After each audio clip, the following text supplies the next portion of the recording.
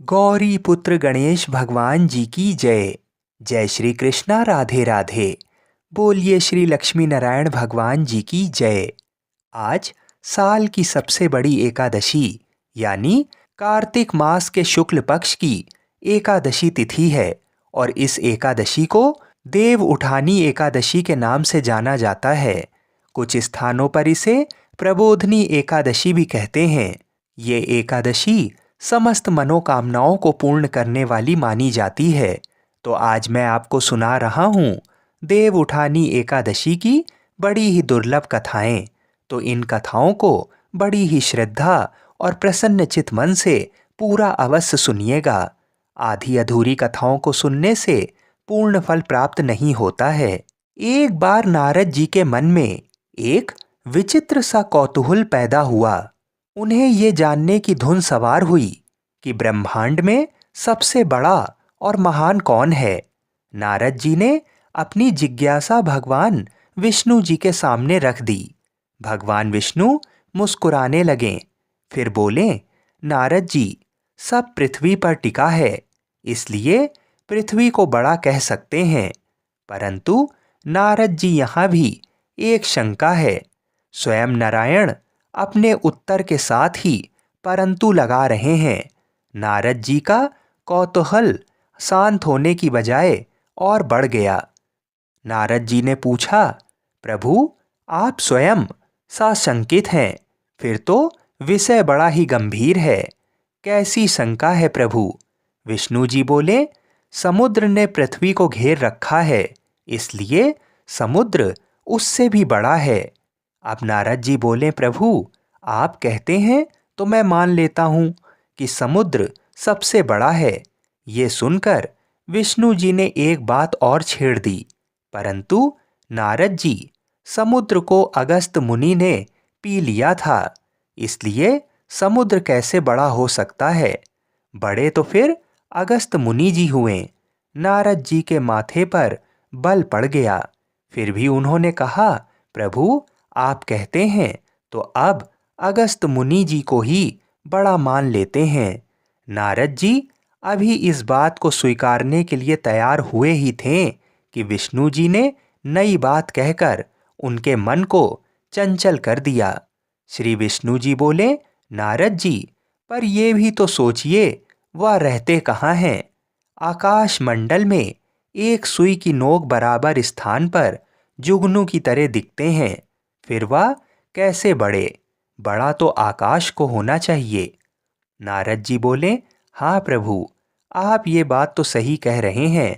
आकाश के सामने अगस्त ऋषि का तो अस्तित्व ही विलीन हो जाता है।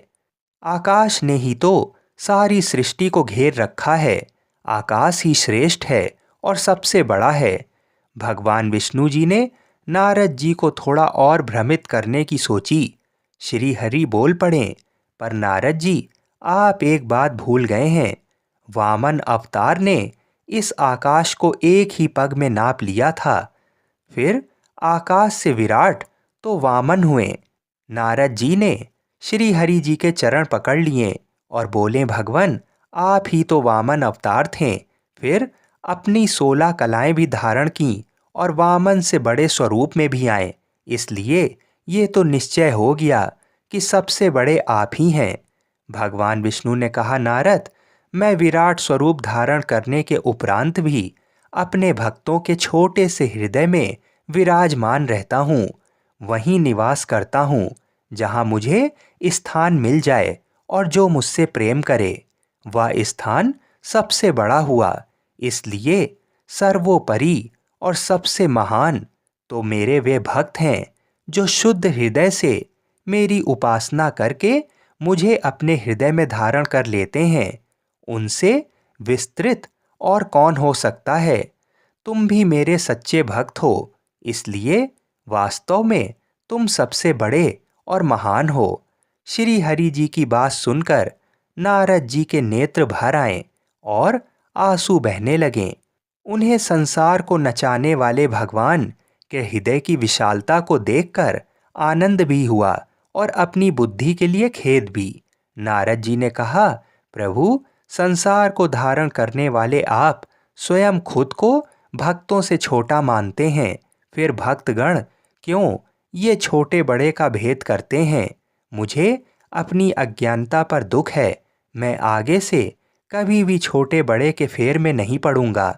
इसलिए तो कहते हैं भक्त के वश में है भगवान। भक्त अपनी निष्काम भक्ति से भगवान को वश में कर लेते हैं। इसलिए भक्त का हृदय ही सबसे बड़ा स्थान है और वही संसार में सबसे बड़ा है। बोलिए श्री राधा कृष्ण भगवान की जय। बोलिए श्री तुलसी शालीग्राम जी की जय।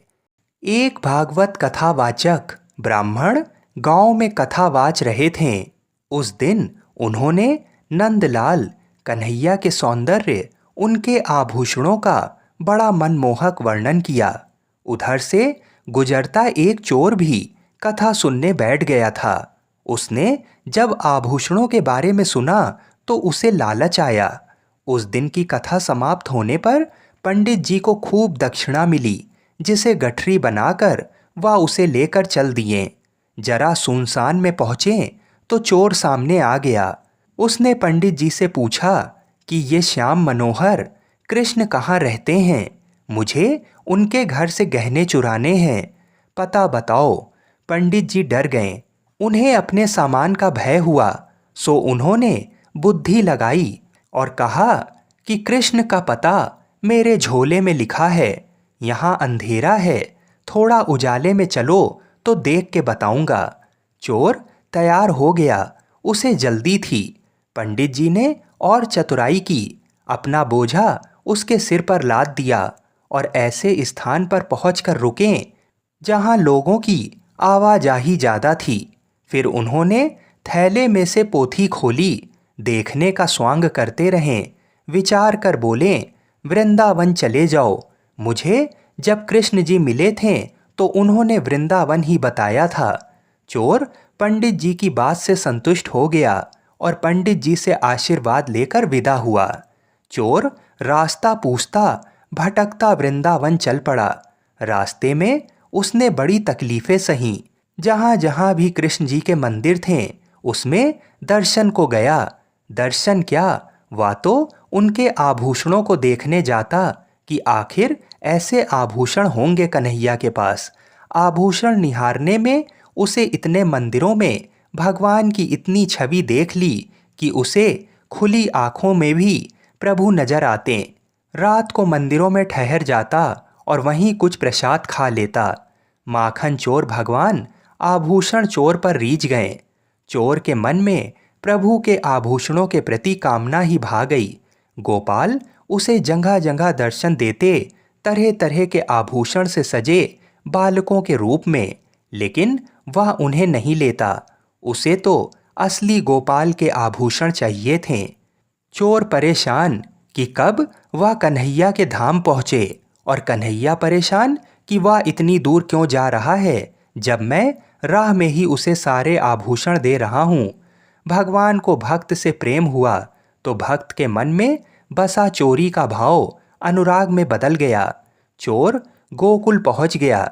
एक स्थान पर नदी किनारे भगवान ने उसे गाय चराते उसी रूप में दर्शन दिया जो उसने मंदिरों में देखी थी। जितनी छवि देखी थी सारी एक एक करके दिखा दी, आभूषणों के साथ। चोर उनके पैरों में गिर पड़ा।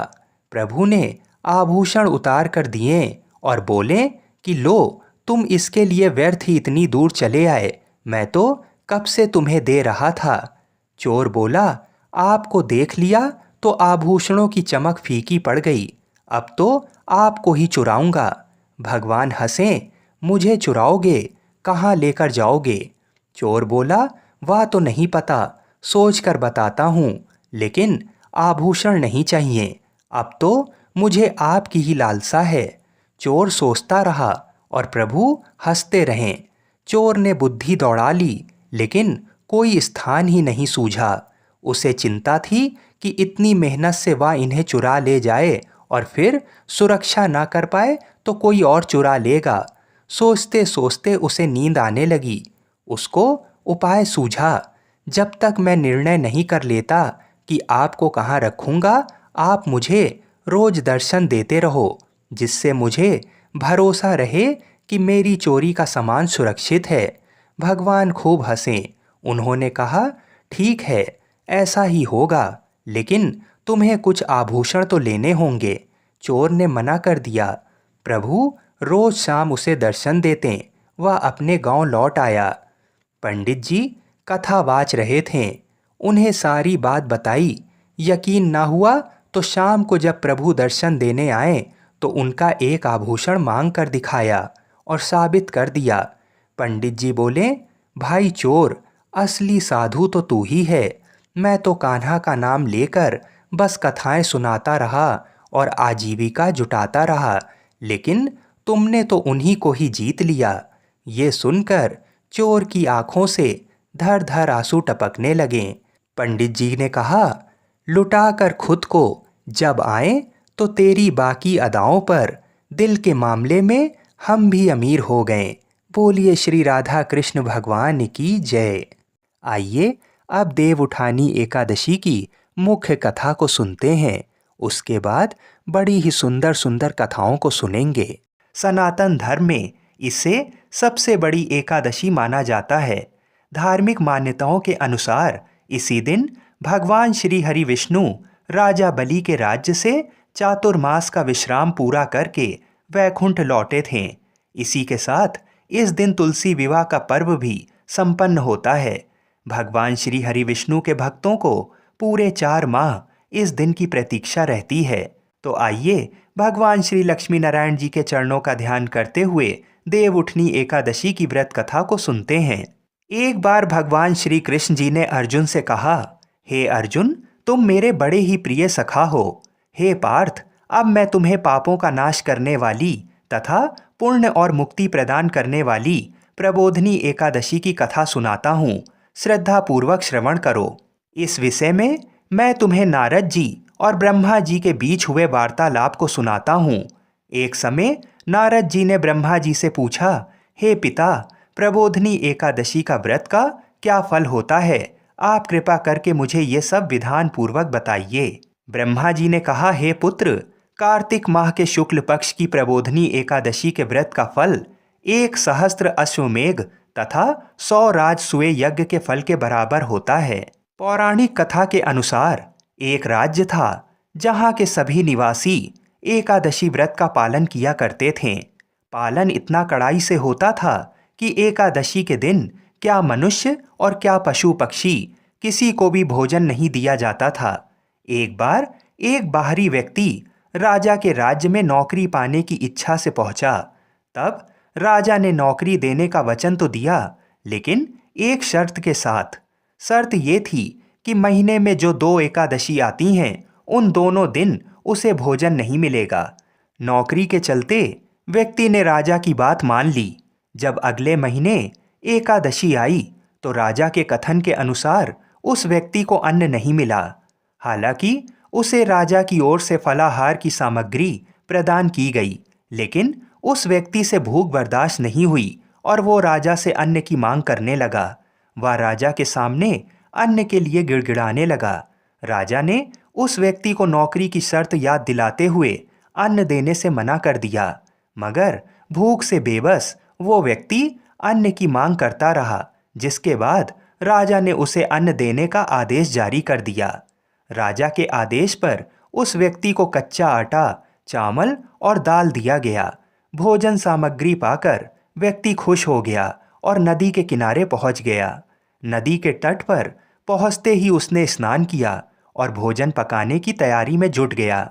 जैसे ही भोजन तैयार हुआ, उसने भगवान श्री हरि विष्णु का स्मरण किया और उन्हें भोजन पर आमंत्रित करने लगा। उसकी प्रार्थना सुनकर भगवान विष्णु अपने चतुर्भुज स्वरूप में पीले वस्त्र धारण किए हुए प्रकट हुए। वह व्यक्ति भगवान के साथ भोजन करने लगा। भगवान विष्णु ने भी उसके साथ बड़े ही प्यार से खाना खाया और फिर वो अपने धाम को वापस लौट गए। इसके बाद जब कार्तिक की एकादशी आई तो उस व्यक्ति ने राजा से पुनः ज़्यादा मात्रा में खाना मांगा, जिसका कारण उसने ये बताया कि वह भगवान के साथ भोजन करता है और पहली एकादशी पर भोजन कम पड़ गया था। व्यक्ति की बात सुन राजा अचरज में पड़ गया। राजा को उस व्यक्ति की बात पर भरोसा नहीं हुआ। राजा मन ही मन सोचने लगा कि इतने सालों से वह एकादशी का व्रत कर रहा है, लेकिन भगवान ने उसे आज तक दर्शन नहीं दिए। वहीं जिसने एकादशी का कभी व्रत नहीं किया, भगवान उसके साथ भोजन करते हैं, ये कैसे हो सकता है। राजा के मन में अविश्वास देख उस व्यक्ति ने राजा को अपने साथ चलने को कहा। एकादशी के दिन राजा एक पेड़ के पीछे छिप गया और वह व्यक्ति हमेशा की तरह अपने नियम अनुसार स्नान ध्यान करके और भोजन बनाकर भगवान को बुलाने लगा, मगर इस बार भगवान नहीं आए। व्यक्ति ने कई बार भगवान से आने की प्रार्थना की, लेकिन मानो भगवान ने उसकी हर प्रार्थना अनसुनी कर दी। जिसके बाद उस व्यक्ति ने नदी में कूदकर भगवान से अपनी जान देने की बात कही। वह व्यक्ति नदी में कूदने ही जा रहा था कि तभी भगवान श्री हरि विष्णु प्रकट हो गए और उसे रोक लिया। वे उसके साथ बैठकर भोजन करने लगे। भोजन के बाद भगवान उस व्यक्ति को बैठाकर अपने साथ अपने धाम ले गए। राजा ने ये पूरा दृश्य छुप कर देखा और तब उसे इस बात का ज्ञान हुआ कि मन की शुद्धता के साथ ही व्रत और उपवास करना चाहिए, तभी व्रत का पूर्ण फल प्राप्त होता है। इस घटना के बाद से राजा भी पवित्र मन से व्रत और उपवास करने लगा। जीवन के अंत में उसे भी स्वर्ग की प्राप्ति हुई। बोलिए श्री राधा कृष्ण भगवान की जय। आइए अब देव उठनी एकादशी की दूसरी कथा को सुनते हैं। स्वयं भगवान श्री कृष्ण जी अर्जुन से कहते हैं, एक राज्य में एकादशी के दिन एकादशी व्रत का पालन बड़े ही नियम धर्म से किया जाता था। एक दिन भगवान विष्णु ने राजा की परीक्षा लेने की सोची और सुंदरी का वेश बनाकर सड़क के किनारे बैठ गए। राजा की भेंट जब सुंदरी से हुई तो उन्होंने उसके यहाँ बैठने का कारण पूछा। स्त्री ने बताया कि वह बेसहारा है। राजा उसके रूप पर मोहित हो गए और बोले कि तुम रानी बनकर मेरे साथ मेरे महल चलो। सुंदर स्त्री ने राजा के सामने शर्त रखी कि ये प्रस्ताव तभी स्वीकार करेगी जब उसे पूरे राज्य का अधिकार दिया जाएगा और वह जो भी भोजन बनाएगी राजा को उसे खाना होगा। राजा ने शर्त मान ली। अगले दिन एकादशी पर सुंदरी ने बाजारों में बाकी दिनों की तरह अन्न बेचने का आदेश दिया। मांसाहार भोजन बनाकर राजा को खाने पर मजबूर करने लगी। राजा ने कहा कि आज एकादशी के व्रत में मैं तो सिर्फ फलाहार ग्रहण करता हूँ। रानी ने शर्त याद दिलाते हुए राजा को कहा कि अगर ये तामसिक भोजन नहीं खाया तो मैं बड़े राजकुमार का सिर धड़ से अलग कर दूंगी। राजा ने अपनी स्थिति बड़ी रानी को बताई। बड़ी रानी ने राजा से धर्म का पालन करने की बात कही और अपने बेटे का सिर काट देने को मंजूर हो गई। राजा बड़े ही हताश थे और सुंदरी की बात ना मानने पर राजकुमार का सिर देने को तैयार हो गए। सुंदरी के रूप में श्री हरि राजा के धर्म के प्रति समर्पण को देखकर अति प्रसन्न हुए और उन्होंने अपने असली रूप में आकर राजा को दर्शन दिए। विष्णु जी ने राजा को बताया कि तुम परीक्षा में उत्तीर्ण हुए, कहो क्या वरदान चाहिए। राजा ने इस जीवन के लिए प्रभु का धन्यवाद किया और कहा कि अब मेरा उद्धार कीजिए। राजा की प्रार्थना श्री हरि ने स्वीकार की और वह मृत्यु के बाद बैकुंठ लोक को चला गया। बोलिए श्री लक्ष्मी नारायण भगवान की जय। इसके बाद नारद जी ने ब्रह्मा जी से कहा, हे पिता, देव उठनी एकादशी के दिन एक संध्या को भोजन करने से, रात्रि में भोजन करने से तथा पूरे दिन उपवास करने से क्या क्या फल मिलता है, कृपा कर मुझे विस्तार से बताइए। तब ब्रह्मा जी ने कहा, हे नारद, एक संध्या को भोजन करने से 2 जन्म के तथा पूरे दिन उपवास करने से 7 जन्म के सभी पाप नष्ट हो जाते हैं। जिस वस्तु का त्रिलोक में मिलना दुष्कर है, वह वस्तु भी प्रबोधनी एकादशी के व्रत से सहज ही प्राप्त हो जाती है। प्रबोधनी एकादशी के व्रत के प्रभाव से बड़ा पाप भी क्षण मात्र में ही नष्ट हो जाता है। पूर्व जन्म में किए हुए अनेक बुरे कर्मों को प्रबोधनी एकादशी का व्रत क्षण भर में नष्ट कर देता है। जो मनुष्य अपने स्वभाव अनुसार प्रबोधिनी एकादशी का विधान पूर्वक व्रत करते हैं, उन्हें पूर्ण फल प्राप्त होता है। हे पुत्र, जो मनुष्य श्रद्धा पूर्वक इस दिन किंचित मात्र पुण्य करते हैं, उनका वह पुण्य पर्वत के समान अटल हो जाता है। जो मनुष्य अपने हृदय के अंदर ही ऐसा ध्यान करते हैं कि प्रबोधिनी एकादशी का व्रत करूंगा, उनके 100 जन्म के पाप नष्ट हो जाते हैं। जो मनुष्य देव उठनी एकादशी को रात्रि जागरण करते हैं, उनकी बीती हुई तथा आने वाली 10 पीढ़ियां विष्णु लोक में जाकर वास करती हैं और नरक में अनेक कष्टों को भोगते हुए उनके पितृ विष्णु लोक में जाकर सुख भोगते हैं। हे नारद, ब्रह्म हत्या आदि विकट पाप भी प्रबोधिनी एकादशी के दिन रात्रि को जागरण करने से नष्ट हो जाते हैं। प्रबोधिनी एकादशी को रात्रि को जागरण करने का फल अश्वमेघ आदि यज्ञों के फल से भी ज़्यादा होता है। सभी तीर्थों में जाने तथा गौ, स्वर्ण, भूमि आदि के दान का फल देव उठनी के रात्रि के जागरण के फल के बराबर होता है। हे पुत्र, इस संसार में उसी मनुष्य का जीवन सफल है जिसने प्रबोधिनी एकादशी के व्रत द्वारा अपने कुल को पवित्र किया है। संसार में जितने भी तीर्थ हैं तथा जितने भी तीर्थों की आशा की जा सकती है, वह देव उठनी एकादशी का व्रत करने वालों के घर में रहते हैं। प्राणी को सभी कर्मों को त्यागते हुए भगवान श्री हरि की प्रसन्नता के लिए कार्तिक माह की प्रबोधिनी एकादशी का व्रत अवश्य करना चाहिए। जो मनुष्य इस एकादशी व्रत को करता है, वह धनवान, योगी, तपस्वी तथा इंद्रियों को जीतने वाला होता है, क्योंकि एकादशी भगवान विष्णु की अत्यंत प्रिय है। इसके व्रत के प्रभाव से मनुष्य जन्म मरण के चक्र से मुक्त हो जाता है। इस एकादशी व्रत के प्रभाव से कायिक, वाचिक और मानसिक तीनों प्रकार के पापों का शमन हो जाता है। इस एकादशी के दिन जो मनुष्य भगवान विष्णु की प्राप्ति के लिए दान, तप, होम, यज्ञ आदि करते हैं, उन्हें अनंत पुण्य की प्राप्ति होती है। प्रबोधिनी एकादशी के दिन भगवान श्री हरि का पूजन करने के बाद यौवन और वृद्धावस्था के सभी पाप नष्ट हो जाते हैं। इस एकादशी की रात्रि को जागरण करने का फल सूर्य ग्रहण के समय स्नान करने के फल से सहस्त्र गुना ज़्यादा होता है। मनुष्य अपने जन्म से लेकर जो पुण्य करता है, वह पुण्य देव उठनी एकादशी के व्रत के पुण्य के सामने व्यर्थ हैं। जो मनुष्य इस एकादशी का व्रत नहीं करता, उसके सभी पुण्य व्यर्थ हो जाते हैं। इसलिए हे पुत्र, तुम्हें भी विधान पूर्वक भगवान विष्णु का पूजन करना चाहिए। जो मनुष्य कार्तिक माह के धर्म परायण होकर अन्य व्यक्तियों का अन्न नहीं खाते, उन्हें चांद्रायण व्रत के फल की प्राप्ति होती है। कार्तिक माह में प्रभु दान आदि से उतने प्रसन्न नहीं होते जितने कि शास्त्रों की कथा सुनने से प्रसन्न होते हैं। कार्तिक माह में जो मनुष्य प्रभु की कथा को थोड़ा बहुत पढ़ते हैं या सुनते हैं, उन्हें 100 गायों के दान के फल की प्राप्ति होती है। ब्रह्मा जी की बात सुनकर नारद जी बोले, हे पिता, अब आप एकादशी के व्रत का विधान कहिए और कैसा व्रत करने से किस पुण्य की प्राप्ति होती है, कृपा करके ये भी समझाइए। नारद की बात सुन ब्रह्मा जी बोले, हे पुत्र, इस एकादशी के दिन मनुष्य को ब्रह्म मुहूर्त में उठ जाना चाहिए और स्नान आदि से निवृत्त होकर व्रत का संकल्प करना चाहिए। उस समय भगवान विष्णु से प्रार्थना करनी चाहिए कि हे प्रभु, आज मैं निराहार रहूँगा और दूसरे दिन भोजन करूँगा, इसलिए आप मेरी रक्षा करें।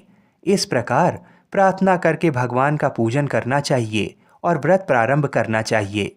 उस रात्रि को भगवान के समीप गायन, नृत्य, बाजे तथा कथा कीर्तन करते हुए रात्रि व्यतीत करनी चाहिए। प्रबोधिनी एकादशी के दिन बहुत से पुष्प, अगर, धूप आदि से भगवान की आराधना करनी चाहिए।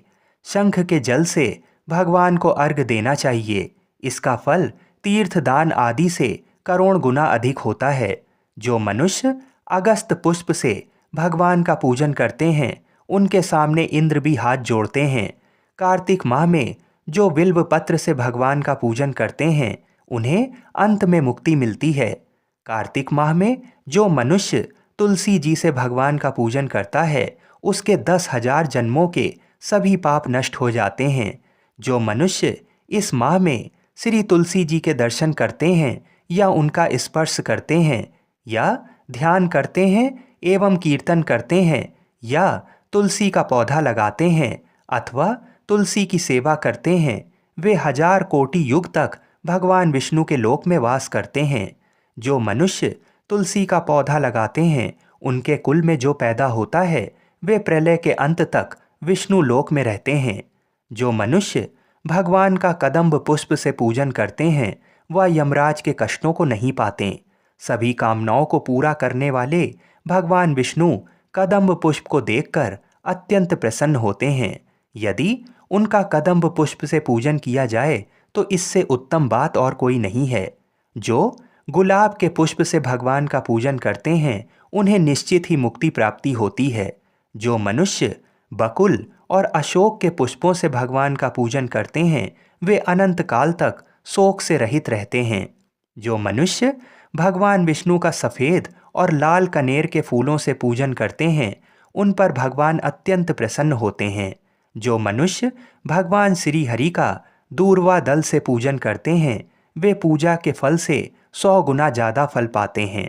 जो भगवान का समी पत्र से पूजन करते हैं वे भयानक यमराज के मार्ग को सुगमता से पार कर जाते हैं।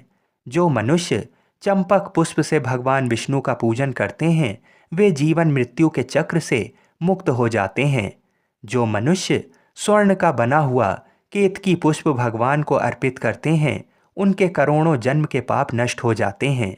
जो मनुष्य पीले और रक्त वर्ण कमल के सुगंधित पुष्पों से भगवान का पूजन करते हैं उन्हें श्वेत दीप में स्थान मिलता है। इस प्रकार रात्रि में भगवान का पूजन करके प्रातःकाल शुद्ध जल की नदी में स्नान करना चाहिए। स्नान करने के उपरांत भगवान की स्तुति करते हुए घर आकर भगवान का पूजन करना चाहिए। इसके बाद ब्राह्मणों को भोजन कराना चाहिए और दक्षिणा देकर आदर सहित उन्हें प्रसन्नतापूर्वक विदा करना चाहिए। इसके बाद गुरु की पूजा करनी चाहिए और ब्राह्मणों को दक्षिणा देकर नियम को छोड़ना चाहिए। जो मनुष्य रात्रि स्नान करते हैं उन्हें दही और शहद दान करना चाहिए। जो मनुष्य फल की आशा करते हैं उन्हें फल दान करना चाहिए। तेल की जगह घी और घी की जगह दूध, अन्नों में चावल दान करना चाहिए।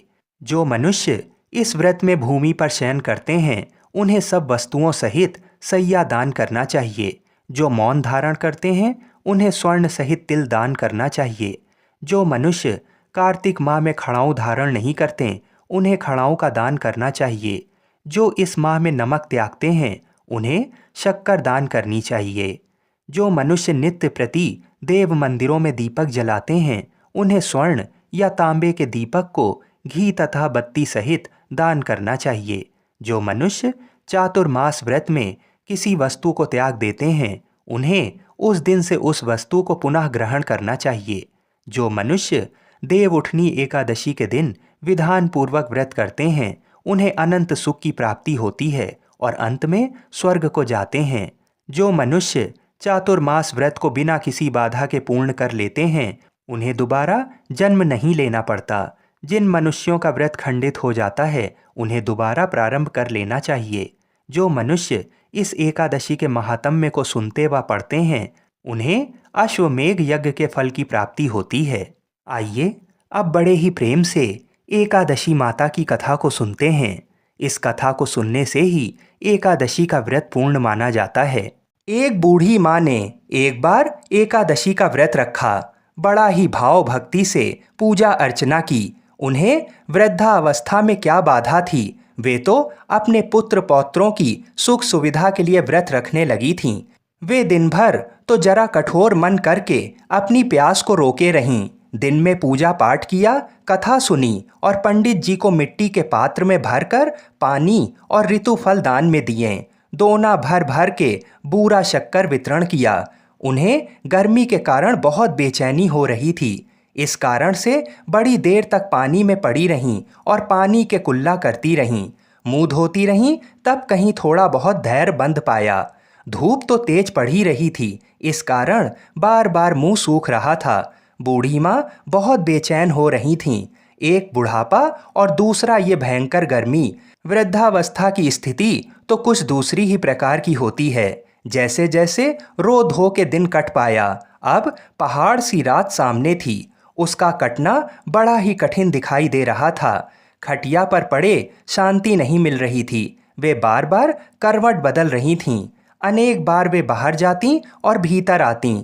उन्हें घर के अंदर शांति नहीं थी। वे पड़ी पड़ी एकादशी माता का स्मरण करती रहीं। वे कहती रहीं कि हे माता जी, आप मेरी लाज रखिएगा, आप ही मुझे शक्ति दे दीजिएगा जिससे मैं भली भांति आपका व्रत कर सकूं और ये पहाड़ सी रात शांतिपूर्वक व्यतीत हो सके। प्यास के कारण बूढ़ी माँ की बेचैनी तो बढ़ ही रही थी। उन्होंने धैर्य रखने का बहुत प्रयास किया, किंतु सहनशीलता की सीमा टूट गई और वे घबराकर एकदम चिल्ला पड़ीं। बोलीं कि बचाओ बचाओ। अम्मा का चिल्लाना सुनकर परिवार भर के नर नारी, बच्चे और पड़ोसी एकत्रित होकर बूढ़ी अम्मा की खटिया के समीप पहुंच गए। सबने पूछा कि अम्मा जी, आपको क्या हुआ? आप क्यों चिल्ला रही हैं? आप इस वृद्धावस्था में ये कठिन व्रत क्यों कर रही हैं? अम्मा जी, शक्ति से ही भक्ति होती है। थोड़ी ही देर में वे फिर से बोलीं कि अरे, हमारे तो प्राण ही निकले जा रहे हैं। मेरी छाती पर ठंडे पानी का घड़ा रख दीजिए। नातियों ने दादी की छाती पर ठंडे पानी का पात्र रख दिया। तब कहीं उन्हें थोड़ा बहुत आराम मिला और थोड़ी देर के लिए उन्होंने अपनी आंखें बंद कर लीं। एकादशी माता ने सोचा कि ये बूढ़ी अम्मा हैं तो बहुत कठोर, जरा जाकर उसकी परीक्षा लेना चाहिए। वे आधी रात को मुर्गा बनकर टेर लगाने लगीं। मुर्गा की आवाज़ सुनकर दादी जल्दी से उठीं और बाहर जाकर आसमान की ओर देखा, किंतु आसमान में कहीं उन्हें प्रातःकालीन तारा दिखाई नहीं दिया। वे सोचने लगीं कि ये मुर्गा क्यों और कैसे बोल गया। उन्हें प्यास तो लगी रही थी। थोड़ा बहुत उनका मन भी विचलित होने लगा था, किंतु अंत में उन्होंने दृढ़ निश्चय किया कि मैं अब व्रत को पूर्ण करके ही छोड़ूंगी, चाहे भले ही मेरे प्राण निकल जाएं। ये सोचकर फिर वे खटिया पर शिथिल होकर लेट गईं। थोड़ी ही देर में एकादशी माता ने उनकी फिर से परीक्षा लेनी चाहिए। एक छोटी सी बालिका एक गिलास में शरबत लेकर उनके सिरहाने खड़ी हो गई और जोर से बोली कि दादी जी, सवेरा हो गया है, आप हाथ मुंह धोकर शरबत पी लीजिए। पहले तो शरबत का गिलास देखकर उनका मन ललचाने लगा, किंतु अचानक व्रत का स्मरण हो आया और उन्होंने सोचा कि मैं किसी भी प्रकार से अभी शरबत नहीं पी सकती हूँ, और वे शांतिपूर्वक अपनी खटिया पर लेट गईं। फिर थोड़ी ही देर में उन्हें ऐसा लगा जैसे किसी ने उन्हें पानी के कुएं में पटक दिया हो। वे बड़ी देर तक उस कुएं में हाथ पांव चलाती रहीं, किंतु उन्होंने अपने मुंह में पानी की एक बूंद भी नहीं जाने दी और वे दृढ़तापूर्वक अपना व्रत पालती रहीं। थोड़ी ही देर में ना जाने कहां से सामने आग जलने लगी, जिससे भारी गर्मी बढ़ने लगी। प्यास के कारण प्राण निकलने लगे, किंतु बूढ़ी अम्मा का कुछ भी नहीं बिगाड़ पाया। वे जहां की तहां मुस्कुराती हुई सी बैठी रहीं। थोड़ी ही देर में बाहर प्रकाश दिखाई देने लगा। ऐसा लगा कि जैसे सवेरा हो गया हो। बूढ़ी अम्मा ने जब बाहर निकल कर देखा तो समझ गईं कि अभी सवेरा होने में 3-4 घंटे की देरी है। ये जानकर वे शांतिपूर्वक इधर उधर घूमने फिरने लगीं। एकादशी माता ये बात अच्छी तरह से समझ गईं कि ये बूढ़ी अम्मा किसी भी प्रकार से अपने व्रत से नहीं टल सकती हैं। वे उनके सत्य व्रत को अच्छी तरह से समझ गईं। सवेरा होते ही बूढ़ी माता ने स्नान किया, भगवान का पूजन पाठ किया, एकादशी माता की कथा सुनी, ब्राह्मणों को दक्षिणा देकर भोजन कराया। तब कहीं उन्होंने जल ग्रहण किया। कन्याओं को भोजन कराने के बाद अम्मा ने स्वयं भोजन किया। उस श्रेष्ठ व्रत के प्रताप से बूढ़ी अम्मा की आयु में वृद्धि हो गई। उनका घर परिवार हरा भरा हो गया। घर में अब उनके कोई अभाव नहीं रहा। वे हर तरह के सुख साधनों से संपन्न हो गईं। नाती नातिनों से उनका घर भर गया और वे उसी दिन से 12 महीने की एकादशी का व्रत करने लगीं। एकादशी माता के व्रत के प्रताप से इस संसार में हर प्रकार के सुख भोग कर अंत में वैकुंठ धाम को चली गईं। जैसे एकादशी माता ने बूढ़ी माता और उनके परिवार को हरा भरा किया, ऐसे ही एकादशी माता हम सभी की मनोकामनाओं को पूर्ण करें। बोलिए श्री लक्ष्मी नारायण भगवान की जय। एक समय की बात है, ऋषि दुर्वासा जी बरसाने गए हुए थे। उस समय श्री राधा जी अपनी सहेलियों के साथ खेल रही थीं। राधा जी और उनकी सखियां छोटे छोटे बर्तन बनाकर उसमें झूठ मूठ का भोजन बनाकर भगवान जी को भोग लगा रही थीं। श्री राधा रानी और उनकी सहेलियां ये सब कर ही रही थीं कि अचानक से ऋषि दुर्वासा वहां आ पहुँचे। ऋषि दुर्वासा को देख श्री राधा जी और उनकी सहेलियां ऋषि के सम्मान में उठ खड़ी हुईं और उनको सादर प्रणाम किया और बड़े ही सरल भाव से उनका स्वागत करते हुए उनको बैठने को कहा। ऋषि दुर्वासा भोली भाली और छोटी कन्याओं के इस सरल व्यवहार को देखकर अति प्रसन्न हुए और उन कन्याओं द्वारा बिछाए गए आसन पर जाकर बैठ गए। जिन दुर्वासा ऋषि की सेवा में कोई त्रुटि ना हो जाए, इस डर से त्रिलोकी हमेशा डरती रहती थीं। उन्हीं दुर्वासा ऋषि की सेवा भाव श्री राधा जी और उनकी सखियां बड़े सरलता और प्रेम भाव से कर रही थीं और ऋषि दुर्वासा उन्हें देखकर सिर्फ मंद मंद मुस्कुरा रहे थे। फिर राधा जी की सखियां कहती हैं कि हे ऋषि देव, क्या आपको ज्ञात है कि मेरी राधा रानी बहुत ही स्वादिष्ट लड्डू बनाती हैं और उन्हीं लड्डू से हमने भगवान का भोग लगाया है और अभी आपको भी प्रसाद के रूप में वितरित करेंगे। उसके बाद राधा जी की सखियां जाकर राधा जी के हाथों से बने हुए लड्डू का प्रसाद तो लाती हैं। ये देखकर ऋषि दुर्वासा उनके भोलेपन से बहुत ही अभिभूत हो जाते हैं और हंसने लगते हैं और हंसकर बोलते हैं कि हे प्यारी देवियों, अब क्या मैं ये प्रसाद ग्रहण कर लूं? और पूछते हैं कि क्या ये प्रसाद आपने बनाया है? ऋषि दुर्वासा के इस प्रश्न पर सारी सखियां एक साथ ही और एक स्वर में ही कहती हैं कि जी हाँ ऋषि देव, ये हमारी प्यारी श्री राधा जी ने ही बनाई हैं और हमारा दावा है कि आज तक आपने ऐसा लड्डू नहीं खाया होगा। उसके बाद ऋषि दुर्वासा जैसे ही उस झूठ के बने लड्डू को प्रसन्नतापूर्वक अपने मुख में डालते हैं, वैसे ही ऋषि पूरी तरह से आश्चर्यचकित रह जाते हैं। परंतु वह लड्डू ब्रज की मिट्टी का बना हुआ था, क्योंकि एक तो उस लड्डू में ब्रज की मिट्टी का स्वाद था और ऊपर से उसको स्वयं श्री राधा रानी ने अपने हाथों से बनाया था। इससे ज़्यादा और क्या ही हो सकता है। अमृत को भी फीका कर दे, ऐसा था स्वाद उस लड्डू का। वो लड्डू खाकर ऋषि दुर्वासा की आंखों में खुशी के आंसू भर आए और उसके बाद अत्यंत प्रसन्न होकर श्री राधा जी को अपने पास बुलाते हैं और बड़े ही प्रेम से उनके सिर पर अपना हाथ फेरते हुए और आशीर्वाद देते हुए कहा कि बेटी राधा, आज से तुम अमृत हस्ता हुई, मतलब अमृत बनाने वाले हाथ। जो भी तुम्हारे हाथ से बना हुआ भोजन या कोई भी पकवान खाएगा, वह दीर्घायु वाला और हमेशा विजयी होगा।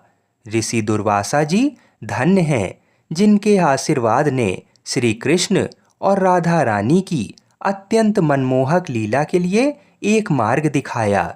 इसीलिए जिस स्थान पर भगवान श्री कृष्ण जी का भोग तैयार होता है, उसे श्री राधा जी की रसोई कहा जाता है। इसी कारण से भगवान श्री कृष्ण जी बिना राधा रानी के कोई भी भोग ग्रहण नहीं करते हैं। भगवान श्री कृष्ण जी के लिए जो भी भोग बनता है, वो स्वयं श्री राधा रानी ही बनाती हैं। बिना उनकी आज्ञा के कोई भी भोग भगवान श्री कृष्ण जी तक नहीं पहुंचता है। बोलिए श्री राधा रानी की जय। बोलिए श्री बरसाने वाली की जय।